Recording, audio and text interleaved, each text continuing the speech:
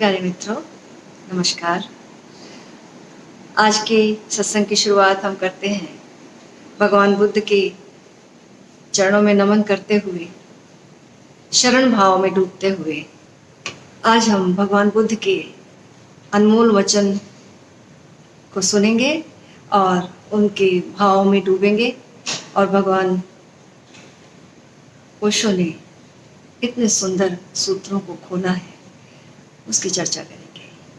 तो पहला सूत्र है, जीवन में हजारों लड़ाइयां जीतने से अच्छा है कि तुम स्वयं पर विजय प्राप्त कर लो, फिर जीत हमेशा तुम्हारी होगी, इसे तुमसे कोई नहीं छीन सकता।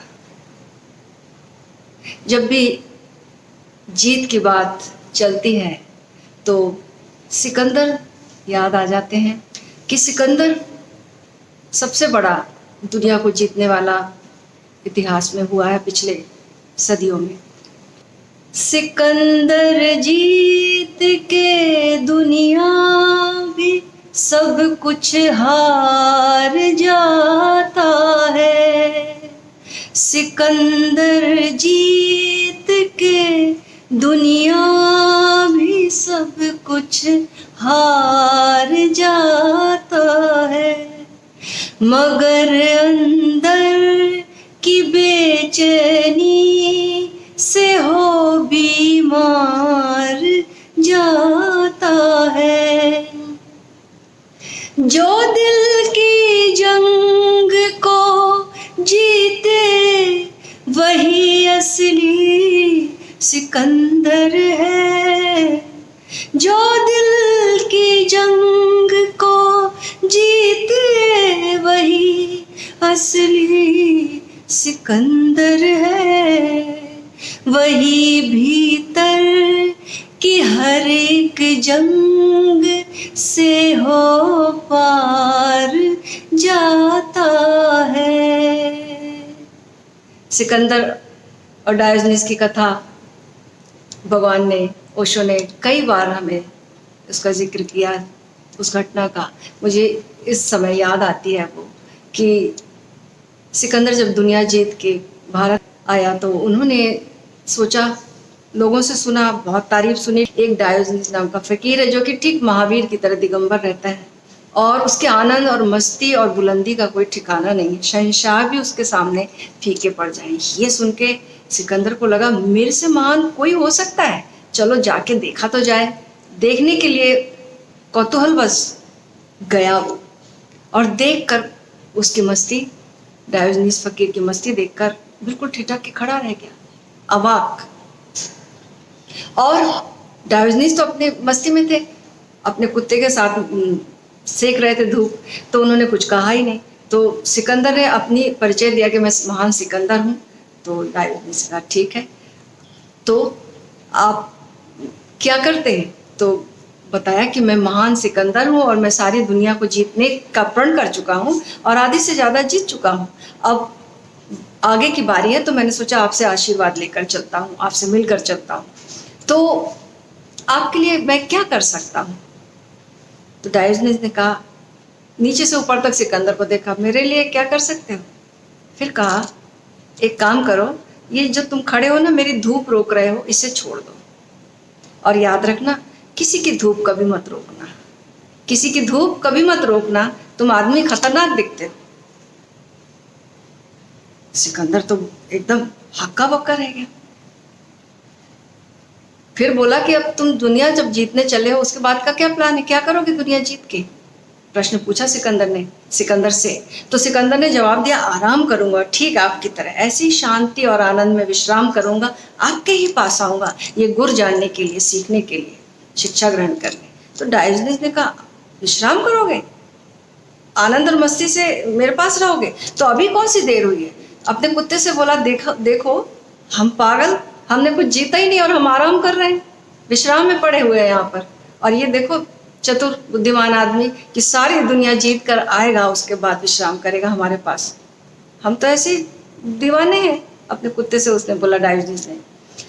तब सिकंदर से डायोजनीस ने कहा कि तुम्हें पता है तुमने समय जीत लिया है क्या? तुम्हें कल का पता है तुम लौट पाओगे मेरे पास? Are you sure? सिकंदर ने कहा, कि मैंने चूक की, अब मैं लौट नहीं सकता, मैंने जो प्रण किया है, मेरे फौज फाटा, सारी चीजें, सारी योजनाएं चल पड़ी हैं, अब मैं बैक कैसे कर सकता हूँ? बैक नहीं हो सकता अब मैं। इसलिए मैं जल्दी से जल्दी आपके पास जरूर आऊंगा और आपके कदमों में ही दम छोड़ूंगा। बात लग गई थी सिकंदर को, और ऐसा ही हुआ।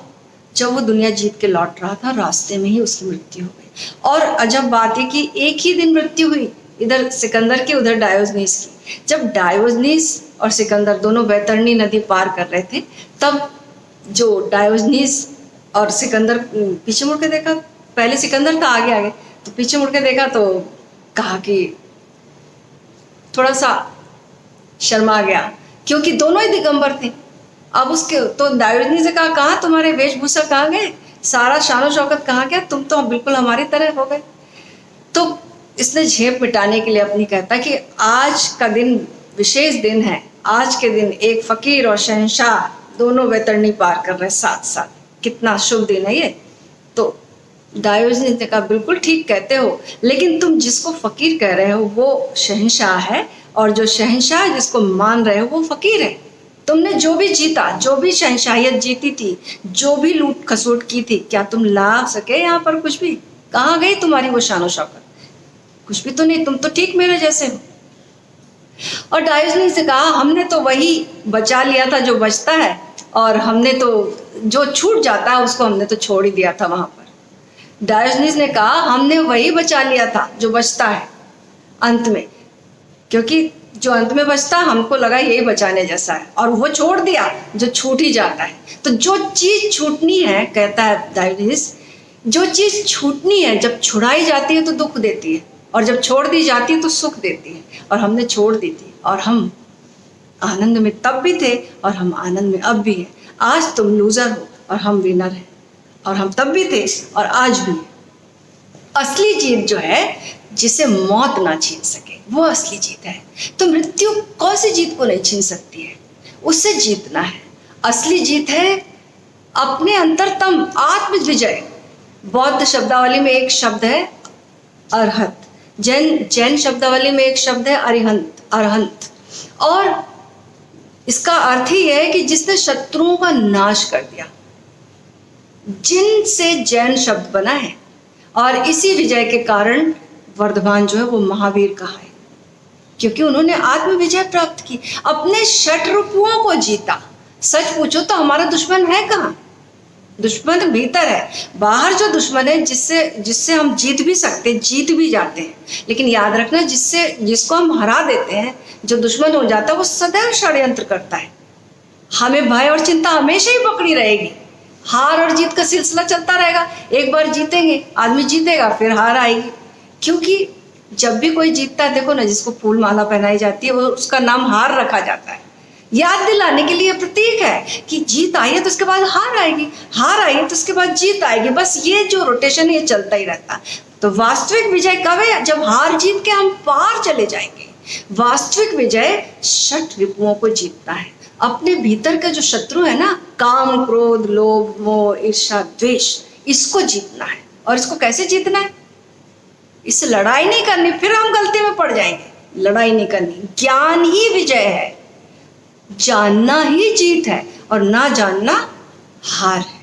तो जो है भीतर, अपने स्वरूप तक अपने को जान लेने के बाद ही ये विजय प्राप्त होती है। हार जीत के पार अपने भीतर के साम्राज्य को जो पा लेता है, वही असली सिकंदर है, असली विजेता है।